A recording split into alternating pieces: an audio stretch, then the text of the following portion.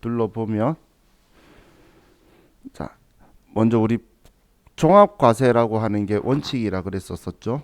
근데 이 종합과세는 1년 동안 벌어들인 걸 전부 다 합산하는 거기 때문에 제가 순서를 2배 4근 연기라고 표현을 하는데 이 소득을 전부 다 합쳐가지고 너 1년 동안 총 얼마 벌었네라고 이야기하는 게 원칙이라는 거예요.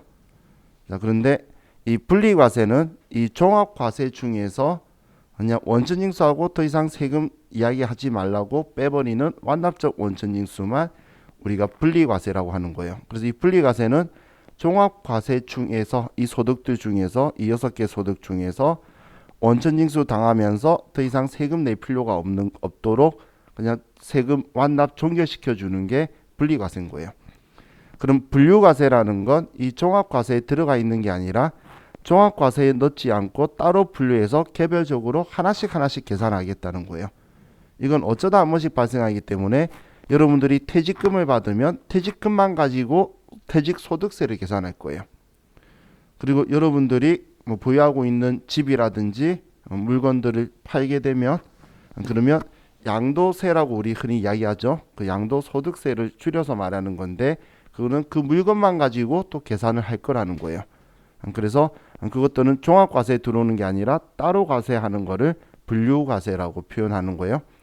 하지만 자, 퇴직소득도 소득세에 들어가는 거고 양도소득세도 소득세에 들어가는 거예요.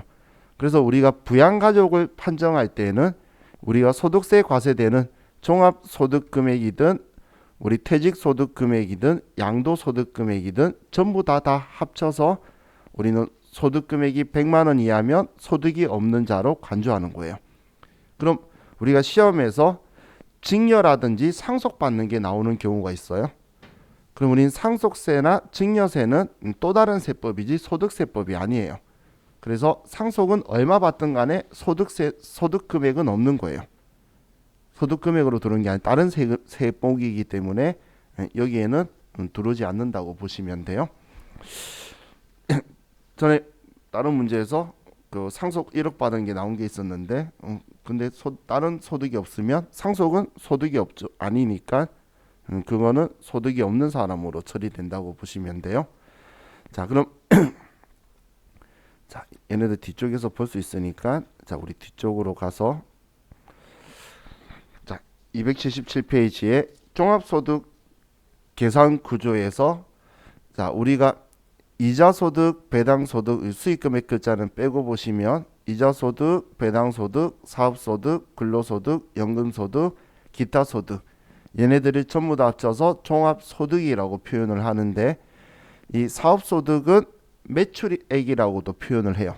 총매출액이라고도 표현을 하고 근로소득은 총급여라고 표현도 해요. 총급여. 그러면 얘네들을 다 소득이라고 하는데 이 소득에서 비과세는 국가가 이거에 대해서는 세금 부과하지 않겠다라고 과세권 포기를 법전에 적어둔 거예요. 그래서 비과세는 전부 다 당연히 일괄적으로 다 빼는 건데 분리과세는 이 종합소득 중에서 그냥 그것만 따로 분리해서 세금 계산해서 정리하고 전체 합산하는 데는 들어오지 말라는 게 분리과세인데 그런데 사업소득에서는 분리과세가 없는 소득이에요. 왜냐하면 사업소득은 그 완납적 원천징수가 가능한 형태의 소득 지급자가 없기 때문에 그렇기 때문에 사업소득은 분리과세가 없는데 이걸 다른 말로 하면 무조건 종합과세를 해야 되는 거예요. 그럼 무조건 종합과세라는 건 종합소득세 신고 있죠? 우리 이론 문제 풀 때 보면 종합소득 신고를 꼭 해야 돼요. 사업소득이 껴있으면. 다른 소득하고 있는 거에서도 사업소득이 껴있다면 무조건 종합소득 신고를 해야 되는 소득이 사업소득이라고 보시면 돼요. 그 이유가 분리과세가 전혀 존재하지 않기 때문에 그렇다고 생각하시면 돼요. 자, 그럼 이 비과세와 분리과세 뺀 걸 수익금액이라고 표현하는데 이 수익금액에서 자, 우리가 필요경비가 있으면 필요경비를 뺄 건데 그런데 금융소득인 이자소득과 배당소득의 경우에는 우리는 필요경비를 인정하지 않는 소득이에요. 그렇기 때문에 이 필요경비를 인정하지 않는 이 금융소득에서는 그래서 일반적으로 소득과 소득 금액이 일치하다라는 표현의 이론 지문 형태가 등장을 하기도 해요. 하지만 배당 소득에서는 배당 가산세액이라고 표현하는 그로스업이 있기 때문에 우리 범인이 소득을 했을 때 법인세 내는 구간에 대한 부분을 다시 채워 넣었다가 나중에 배당세액 공제로 해서 세금을 계산시키겠다는 원리이기 때문에 여기엔 그로스업이 더해질 수도 있다라는 거예요. 그럼 사업소득의 필요경비는 이건 추정해 주는 거는 원칙적으로 없는 거예요. 근데 사업장이 없는 사업소득자의 우리 단순 경비율, 기준 경비율 이런 거는 여러분들이 실무적으로 나중에 생각하시면 되지 우리 시험 이후로는 생각하지 마시고, 그리고 근로소득과 연금소득은 필요경비가 발생하긴 하지만 입증하기가 적절하지 않기 때문에 여기는 근로소득공제, 연금소득공제로 일정 요율을 해준다는 거예요. 그럼 일정 요율을 해주는데 근로소득에서는 근로소득공제는 우리 다른 거는 기억할 필요 없고 우리는 500만 원 이하는 70%를 공제해 준다라는 걸 기억하자라고 했죠. 그래서 500만 원 이하는 70%를 근로소득 공제로 해주고 있고, 연금소득은 얼마 공제한다라고 여러분들이 크게 신경 쓰실 필요가 없어요. 자, 그럼 이 공제들을 빼야 소득 금액이 되는데, 자, 기타 소득에서는 제가 분류를 나누는 게 불로소득이다, 불로소득이 아니다를 기준 나누는데, 그 불로소득이라는 게 복권 당첨이라든지 아니면 뭐 경마, 경륜, 슬롯 머신 이런 거 제가 불로소득이라고 표현을 해요. 그럼 그런 것들은 실제 지출된 필요경비만 인정하는 거예요. 실제로 지출된 것만. 그래서 제가 여러분 기억하시라고 로또는 1,000원만 그 필요경비를 인정하더라. 그럼 딱 1,000원 줘야지 살 수 있잖아, 그죠? 자, 그런데 그 외에 불로소득은 아닌데 이제 내가 입증할 수 없는 경우에 그때 추정 필요경비를 해주는데, 자, 주무관청에 등록된 우리 경진대회들 있죠. 상금 받는 경진대회는 80%의 경비를 인정해줘요. 또 우리가 그 집을 분양받았는데 빨리 입주를 못해서 주택 입주 지체 상금 같은 경우도 80%의 필요경비를 인정해줘요. 그럼 이 두 개가 그렇게 자주 나오진 않는데 두 개를 언급한 이유는 이 두 개를 제외한 나머지 불로소득 아닌 기타 소득들은 우리 추정 필요경비 60%를 해준다는 거예요. 그럼 지금 필요경비 60%라는 건 소득 금액이 안 들어오는 거고 세금 부과 안 한다는 거예요. 그럼 여러분들이 원고료 같은 걸 받았어요. 일시적으로. 그러면 100만 원 받았으면 필요경비를 60%를 인정해 주기 때문에 아무것도 입증 안 했을 때 그러면 60만 원만큼은 경비니까 여러분은 40만 원 벌었다고 해서 세금을 부과하겠다는 거예요. 그런데 만약에 여러분들이 원고를 쓰거나 아니면 뭐 일시적 강연을 하는데 100만 원의 돈을 받는데 필요경비가 70만 원 들어간 걸 입증할 수 있다면 70만 원 인정받을 수 있는 거예요. 그래서 최소 60%를 인정해 주는 거예요. 최소. 그래서 60만 원을 내가 입증을 못하면 그냥 60만 원 받으면 되는 거고, 그거보다 더 높으면 그 높은 걸 해줄 거라는 거예요. 그래서 자, 이 기타 소득에서는 혹시 필요경비가 60%보다 더 많이 필요경비를 말하면 그걸 적용하는 거예요. 자, 그럼 이것들을 빼면 이제 소득 금액이 되는데 이 소득 금액들을 전부 다 합쳐서 종합 소득 금액이라고 표현을 하죠. 그럼 이 종합 소득 금액이 있으면 이 소득 금액에다가 소득 공제를 빼면 그때 과세 표준이 되는 거예요. 그래서 과세 표준으로 가기 위해서 지금 뺄 걸 빼고 있었다라고 보시면 돼요. 그럼 여러분들은 비과세는 소득 금액에 들어오지 않고 분리과세도 소득 금액에 들어오지 않고 그리고 필요경비나 소득 공제도 소득 금액에 들어오지 않는데 우리 부양가족 가지고 판단할 때 소득 금액으로 판단하기 때문에 이것들을 다 빼고 한다라고 생각하시면 돼요. 그래서 우리 무조건 분리과세 뭐 이야기하고 할 때 우리는 소득 금액으로 계산하는데 분리과세 해버리면 소득 금액이 안 들어오잖아요. 소득은 맞는데 소득 금액이 안 들어온다는 이야기예요. 그럼 이 종합소득금액에 우리가 소득공제가 있으면 빼면 그 과세 표준에다가 우리는 종합소득 세율을 부과하게 될 건데, 근데 여기에서 우리는 6%, 뭐 15%, 24% 이런 이제 우리 지금 7단계에서 8단계로 넘어가는 이 세율을 우리가 부과할 거다라고 보시면 돼요. 그럼 다른 세율 말고 우리 최저 하나 정도는 제가 기억하자고 이야기를 하죠. 우리 시험에도 써먹는 경우가 많기 때문에. 그래서 최저 세율이 6%다라는 정도까지는 우리가 기억을 해두시면 좋을 것 같아요. 자, 그럼 이론 시험에서 아마 결손금 이야기가 간간히 등장하는 걸 봤을 거예요. 결손금 이야기가 간간히 등장하는 걸 보셨을 건데, 자, 이건 제가 어릴 때 이 순서대로 공부를 했고, 근데 계속 이 순서대로 하더라고. 이 배 2배 4근 연기로 이렇게 제가 항상 쓰면, 저도 이렇게 쓰고 책도 보시면 모든 책 보면 다 이 순서대로 적혀 있을 건데, 그럼 결손금은 이 사업소득에서 결손이 발생을 해요. 그럼 사업소득에서 결손이 발생하면 지금 올해 손해를 봤죠? 그러면 올해 손해본 거는 당연히 다른 소득에서 공제를 할 건데, 여기 있는 순서대로 갈 거라는 거예요. 그래서 제가 표현할 때, 저는 어제였나? 그저 문제 풀 때 근연기 2배 순서로 공제할 거다, 그렇게 표현한 거예요. 지금 우리 시험 채도는 아닌데 다른 데서 다 사이클 돌 때 이 순서대로 로테이션 돌기 때문에 이 순서를 생각을 주로 해요.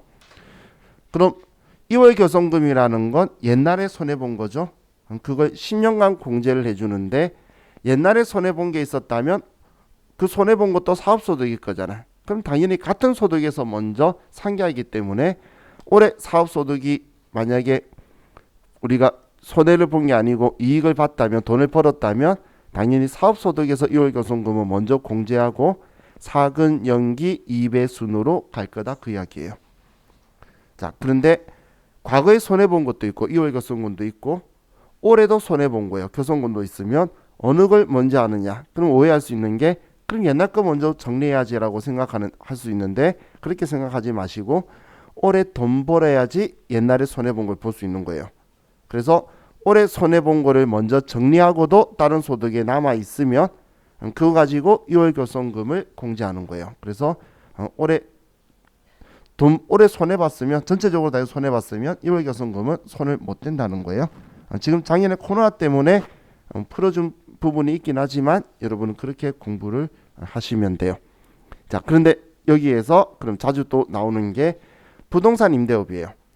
부동산 임대업도 부동산 임대 사업소득이라고 하는데, 이 부동산 임대 사업소득은 원칙적으로는 부동산 임대 사업소득에서만 10년간 2월 공제를 해야 돼요. 부동산 임대 사업소득에서만 하는 걸 여기에서는 다른 소득금액에서 공제하지 않고라고 적었고, 저는 부동산 임대 사업소득에서만 공제한다라고 표현했는데, 근데 주택의 임대 사업소득은 다른 소득에서 할 수 있어요. 주택의 임대 사업소득은 다른 소득에서 결손금을 공제를 할 수 있다라고 기억을 해두시면 좋겠어요. 이런 문제에서 얘는 자주 언급되는 애니까 같이 기억을 좀 해주시고, 자, 다음 우리 이제 소득들 가지고 볼 때, 자, 여기에서 이자 소득하고 배당 소득을 봤을 때에 여러분들이 기억을 같이 해주시면 좋겠는 게, 우리 이자 금융소득이라고 하는 이자 소득과 배당 소득을 합친 게, 자, 얘가 연 2천만 원 이하는 분리과세가 되죠. 근데 분리과세가 된다라는 말이 원천징수 당했다는 이야기잖아. 원천징수를 돼야 더 이상 세금 안 내도 되라고 이야기하는 거지, 분리과세가 안 됐으면, 원천징수가 안 됐으면 분리과세라는 말 자체가 성립될 수가 없는 거예요. 그죠? 그리고 외국에서 원천징수한 걸로 끝냈다? 그게 아니죠. 그래서 이건 이를 위해서 하지 딴 데서 쓰는 경우는 없을 거예요. 국내 원천 징수 대상 소득 가지고 이야기하는 거예요. 이것만 해당 사항이지 국외에서 받았다. 그럼 원천징수 안 당했기 때문에 다 종합과세 된다는 거예요. 그럼 여러분들이 생각하실 게 2천만 원 초과했거나 아니면 원천 징수를 당하지 않았으면 이거는 그냥 우리 종합과세 대상인 거예요.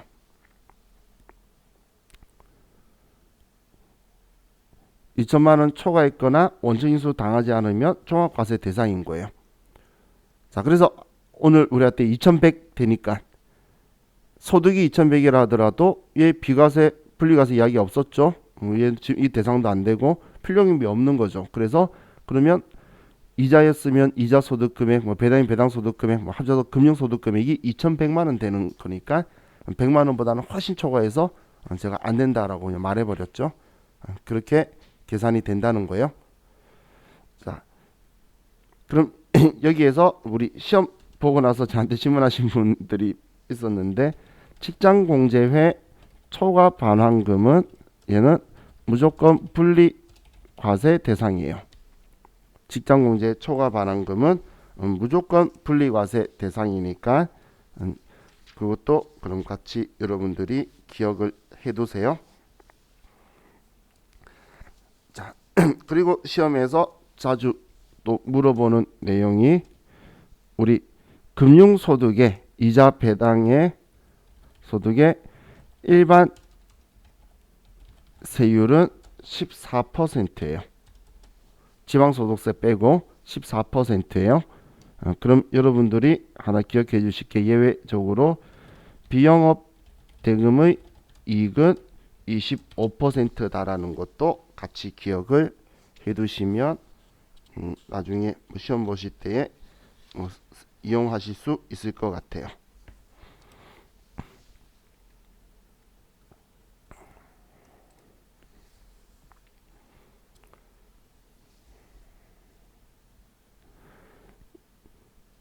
자, 그럼 우리 이제 사업소득을 가지고 보면, 자, 사업소득은 얘는 추정 필요금비라는 게 소득금액 계산할 때 원칙적으로 없어요. 없기 때문에 분리과세도 없다라고 했죠. 그래서 사업소득 빼기 비과세 이러면서 나올 사업이 형태가 없을 거기 때문에 필요경비를 한 게 사업소득 금액으로 보시면 돼요. 사업소득 금액으로. 그럼 시험에서 필요경비를 안 알려줘. 그럼 어떻게 해요? 라고 생각하시는 게 아니라 그럼 사업소득이 사업소득 금액으로 보는 거예요. 필요경비를 안 알려줘. 추정해 주는 게 없기 때문에 지문에서 명시 안 해주면 그냥 걔가 사업소득 금액이 되는 거예요. 그럼 그 금액 가지고 여러분들이 판단을 하시면 돼요.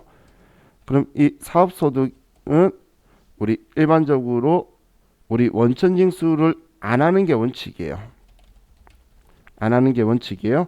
왜냐면 여러분들이 이 공부하시기 전에 가게나 뭔가를 사업장이 있어야지 사업소득이라고 생각했지 저처럼 이렇게 하는 사람이 사업소득 형태다라고 생각해 보신 적 없으신 분도 있으실 거예요.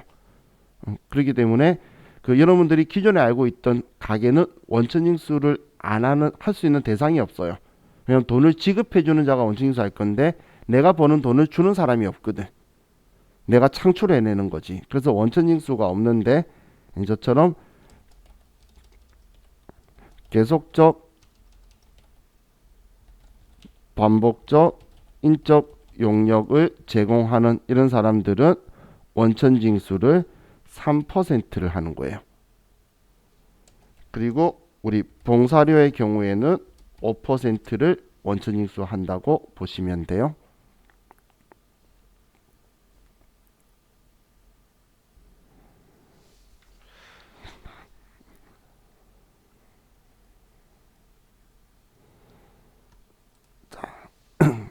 다음 우리 연금소득에서는 자 연금소득은 여러분들이 기억해 주시면 괜찮은 게 사적 연금 소득은 얘는 1,200만 원까지 선택적 분리과세가 가능해요. 공적연금은 분리과세가 없어요. 연말정산을 받아야 돼요. 그럼 방금 말한 공적연금만 있는 연금 소득만 있는 경우는 1월에 연말정산으로 납세 의무를 종결해요. 한마디로 종합소득세 신고를 안 해도 된다는 이야기예요. 납세 의무 종결이라는 건 더 이상 세금 내겠다고 말할 필요 없는 거예요. 근로소득자가 더 이상 그 연말정산하고 나면 여러분들 회사 다니시면서 5월달에 종합소득세 신고한 적 없을 거예요. 회사만 다니신 분들은. 그런 것처럼 없다고 보시면 돼요. 자, 그럼 이 공적연금 같은 경우는 우리 근로소득처럼 간이세액표라는 게 있는데, 그런데 사적연금 소득은 이거에 대해서 우리는 세율은 5%를 할 거예요. 여러분들 보험회사에서 연금 수령할 때는 5%를 하고, 그럼 사적연금은 나중에 여러분들이 종합소득 신고를 해서 정리를 여러분 따로 하셔야 되는 거예요. 자, 다음 기타 소득에서는 기타 소득은 여러분들이 기억을 해 주실 게, 자, 일단 첫 번째가 우리 주무관청 등록된 우리 법인의 경진대회 상금은 추정 필요 경비 80%를 인정해주고, 또 우리 주택 입주 지체 상금도 추정 필요 경비 80%를 인정하는 거고, 자, 그 외에 이제 나머지들 있죠. 우리 원고료 등이라든지 아니면 일시적 강연 이런 것들은 추정 필요 경비 60%를 인정한다는 거예요.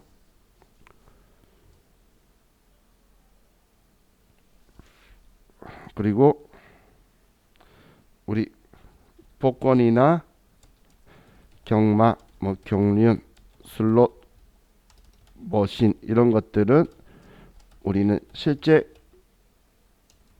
지출 경비만 인정을 할 거예요.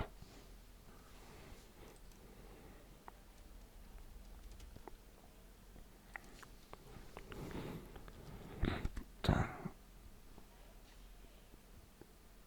그럼 여기에서 복권 당첨금은 얘는 무조건 분리과세를 할 거고, 그리고 기타 소득 금액 300만 원 이하는 선택적 분리과세가 가능해요. 얘는 선택적 분리과세가 가능하다는 거예요.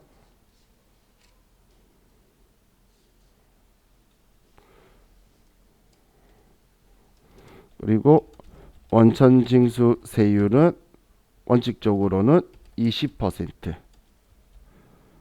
복권의 경우 3억 초과분은 30%를 부과한다고 보시면 돼요. 그리고 뇌물, 알선수재, 배임수재,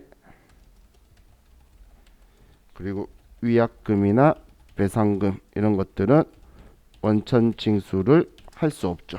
이론에 한 번씩 등장하니까. 다음 중 원천징수 대상 소득이 아닌 것은, 이렇게 해서 적혀 있어요. 여러분한테 위약금 주면서 원천 징수하는 놈 있으면 하고 주는 놈 있으면 이상한 놈이죠.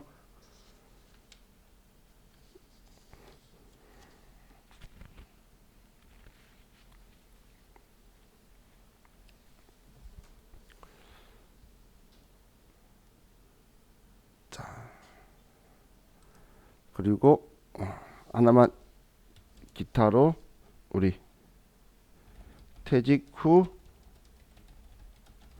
수령하는 직무 발명 보상금은 얘는 500만 원 비과세라는 거예요. 퇴직한 후에 직무 발명 보상금 받으면 기타 소득, 퇴직 전에 받으면 회사 다니는 중이니까 근로소득, 둘 다 500만 원 비과세예요. 둘 다 500만 원 비과세라는 거예요.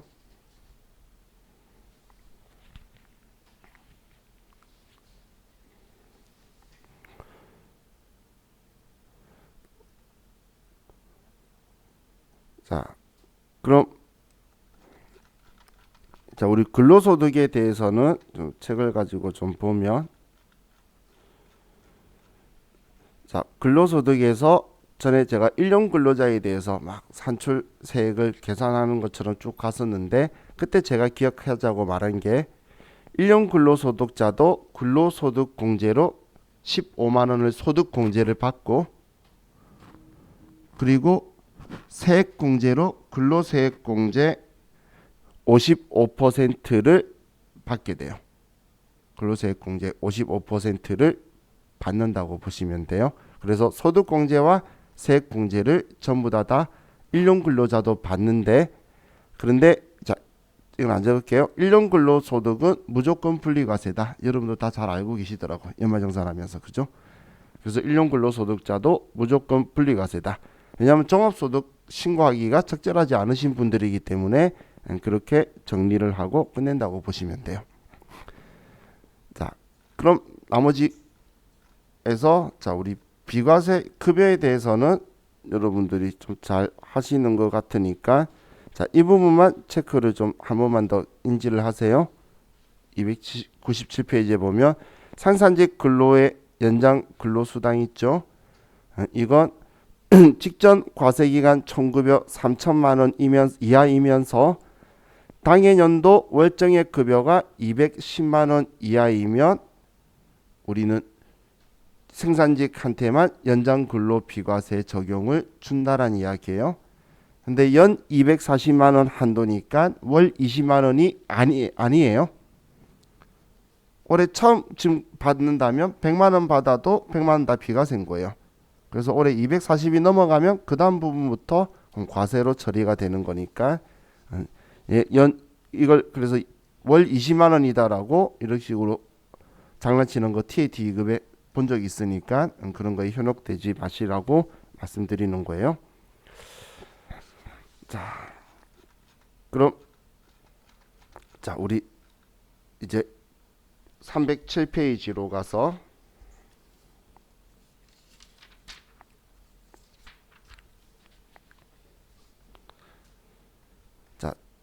우리가 방금 소득금액에서 소득공제를 빼야 과세표준이 된다라고 했죠. 우리 연말정산 추가자료입력에서 좌측 부분 드린 거예요. 그럼 여기에서 첫 번째가 인적공제가 있는데, 자, 인적공제는 우리 기본공제로 첫 번째가 1인당 150만 원씩 공제한다. 우리 어젠가 100만 원 적혀 있는 거 틀린 걸로도 본 적은 있죠. 그럼 1인당 150만 원 하는 건데, 본인은 그냥 무조건 기본공제 대상인 거예요. 본인은 뭐 따지는 게 아니고, 나의 부양가족을 가지고 따질 때 소득금액 100만 원 따지는데, 이때 근로소득만 있다면 500만 원까지는 우리는 인정해 준다는 거예요. 근로소득 500만 원까지는. 그럼 그 외에는 나이를 따질 건데, 배우자는 나이 제한이 없고, 그래서 제가 부라고 돼 있으면 소득금액에 문제가 있나 봐요 라고 바로 말한 거예요. 배우자는.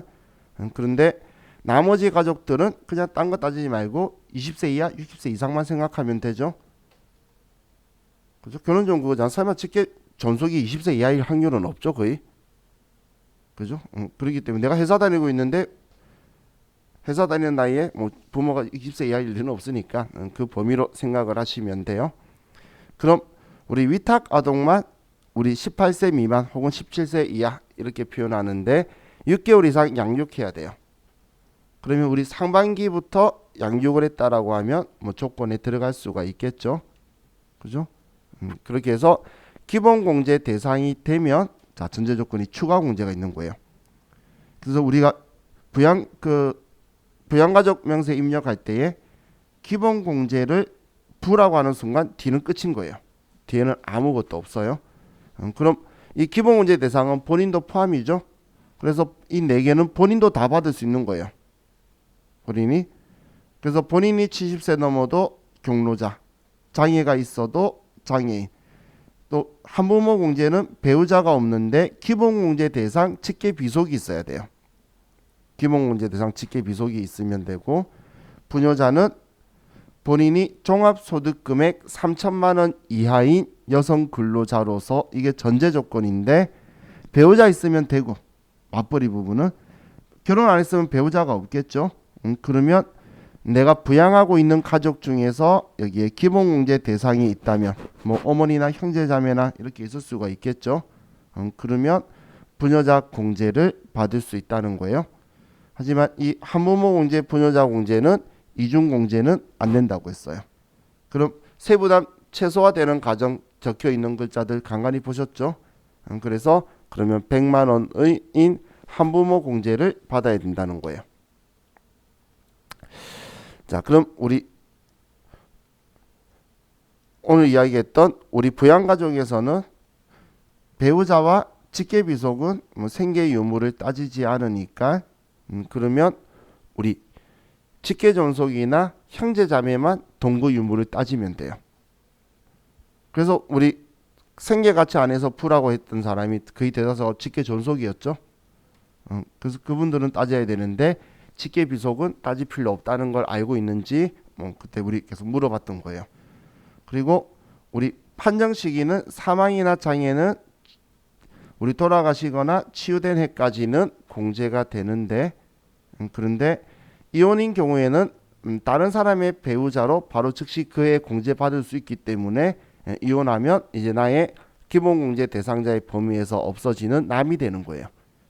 그게 우리 이혼이니까 그럼 이혼되면 배우자가 없어서 제가 기본공제 대상 직계비속이 있는지 확인하자 이런 말을 했었었죠.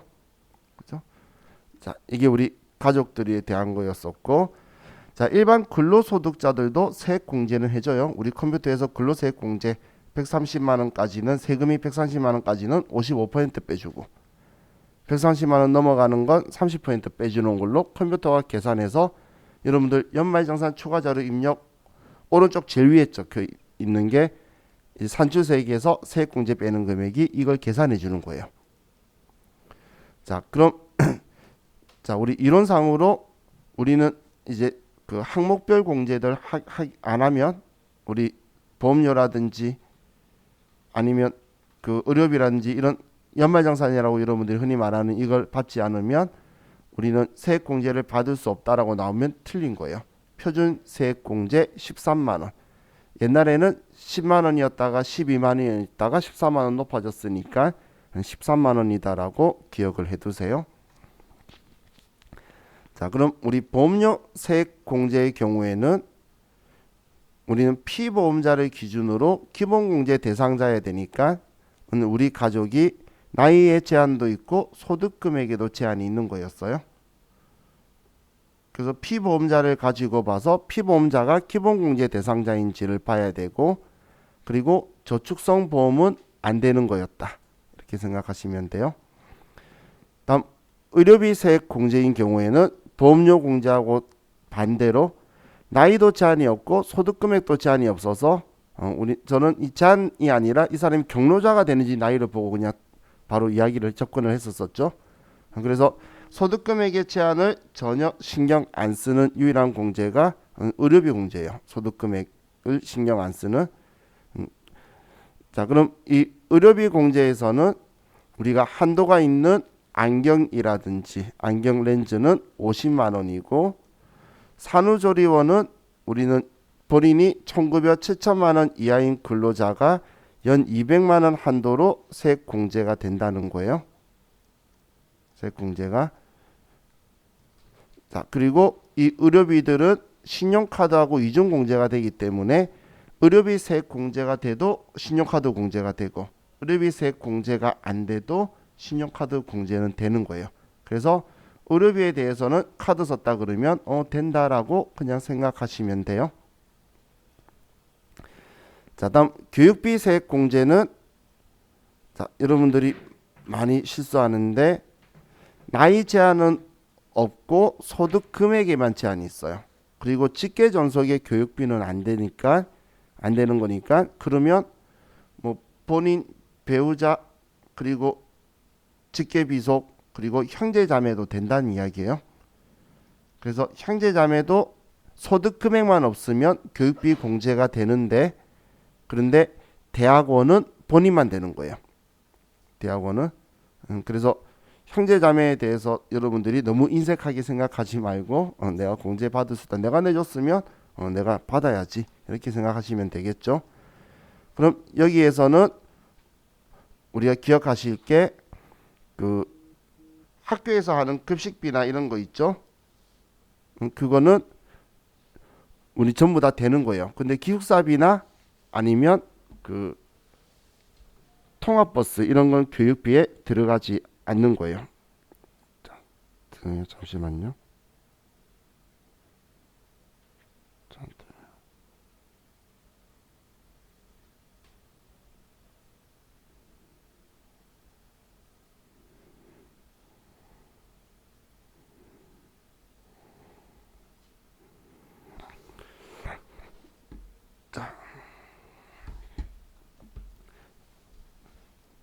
다음 우리 교복비에서 제가 그 표현할 때 계속 중고등학교 교복비라고 표현하죠.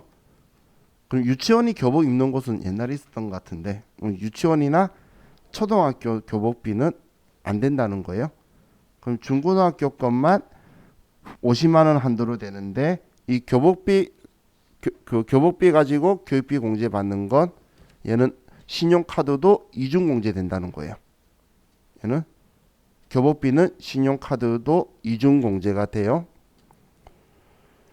자, 그리고 방과 후 학교라든지 방과 후 학교의 교재비나 이런 것도 공제가 되고, 자, 체험학습비는 초중고예요. 자, 수학여행 생각하면 여러분들 초등학교, 중학교, 고등학교 이렇게 다 다녔죠? 거기 거는 다 된다고 보시면 돼요. 자, 그럼 우리 학원비는 안 되는데 취약전 아동의 학원비는 된다고 생각하시고 본인의 뭐 업무하고 관련 있는 뭐 어학원 다니고 막 학원 다닐 건데 다 안 돼요. 본인이라 하더라도. 근데 우리 직업능력개발훈련시설 우리 학원 같은 곳에서 할 때에 자기 부담금에 대해서만 되는 거예요. 그래서 지원금은 제외라고 적혀 있죠. 그죠? 자, 그럼 이 연금에 대한 거하고 퇴직연금 그리고 연금저축 그리고 우리 지금 여기에 말고 이 다음 페이지에 보면 있는 주택 청약 저축에 관련된 거는 본인만 된다라고 제가 기억하자라고 했던 거 기억나시죠? 우리 연금 저축 등 탭에서 하던 거. 진료의 1번은 퇴직연금, 두 번째는 연금저축, 세 번째는 우리 주택 청약 저축에 관련된 것들은 본인만 대상이다라고 기억을 하시고, 자, 기부금도 소득 금액에만 문제만 없다면 형제 자매 것도 돼요. 이건 우리 전부 다 되는 건데 정치자금 기부만 본인 것만 가능하다고 생각하시면 돼요. 정치자금 기부는 본인 것만 가능하다. 자, 우리 세무위급 시험에서는 이 두 개 구분해서 찾는 게 문제가 아니기 때문에 그냥 아무 표현 안 해주는 거는 뭐 국방금이나 이재명 구호금품 정도서는 법정 기부금이다라고 여러분이 상식적으로 좀 기억하셔야 되겠죠. 그런 걸 말 안 해주는데 나머지는 이야기 해줄 거예요. 자, 다음 마지막으로 우리 314페이지에 신용카드 공제로 가면, 자, 신용카드는 얘도 나이에는 제한 없는 거예요. 소득금액에만 제한이 있는 건데 형제 자매의 카드나 현금 영수증 이런 거 안 된다는 거예요. 그래서 오늘도 우리 형제자매 거 하나 뺐죠. 그래서 형제자매 거는 안 된다는 거를 여러분들이 기억을 하시고, 안 되는 것들이 해외 사용분이라든지 혹은 회사 경비로 처리한 거 자주 등장을 했죠. 그리고 보험료, 리스료, 전기요금 이런 것들은 안 돼요. 과거 옛날에는 아파트 관리비도 잘 나왔었는데 아파트 관리비도 안 돼요. 생활비라든지 유흥비, 명품백 이런 건 되는 거예요. 제가 안 된다고 이야기한 적 없죠. 그래서 그런 거는 다 되는 거고, 지금 안 되는 거 항목에서 말했던 것들을 생각하시는 거예요. 그럼 자동차 구입비는 원칙적으로 안 되는데 중고 자동차는 10%는 인정해 줄 거예요. 10%. 오늘 우리 10% 더하는 거 한 적 있죠? 그래서 중고 자동차는 10% 되고, 그리고 앞에 제가 교육비에서 말 안 했는데 취약 전 아동의 교육비는 신용카드도 이중공제된다. 제가 빠뜨렸는데 얘도 아래 적어줬죠. 그래서 이것들은 이중공제가 된다고 같이 기억을 해주시면 좋겠어요.